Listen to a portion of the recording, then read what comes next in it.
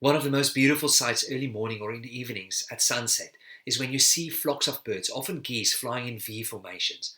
Now, it's not uncommon for birds to fly in flocks as there's safety in numbers, and they are less likely to be attacked by predators if they fly in a flock rather than on their own. Yet there's something more to flying in a V formation, because it helps the whole flock to make better progress as it conserves huge amounts of energy. In fact, scientists have found that birds flying in this formation can fly around 70% further than one bird flying alone.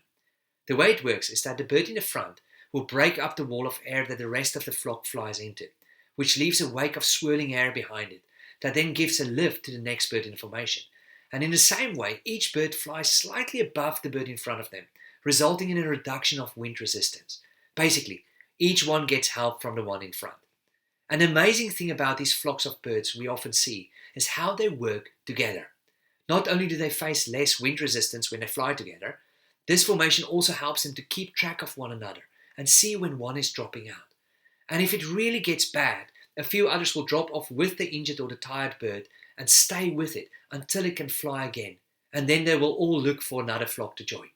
Also, when the front bird gets tired, it will drop slightly back and another one will take the lead for a while.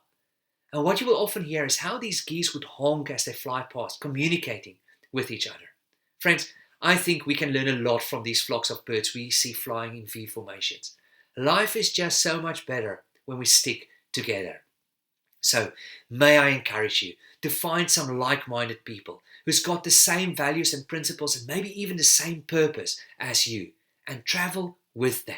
And as you do, help carry each other's loads, support and lift one another, and do so by constantly communicating and encouraging one another.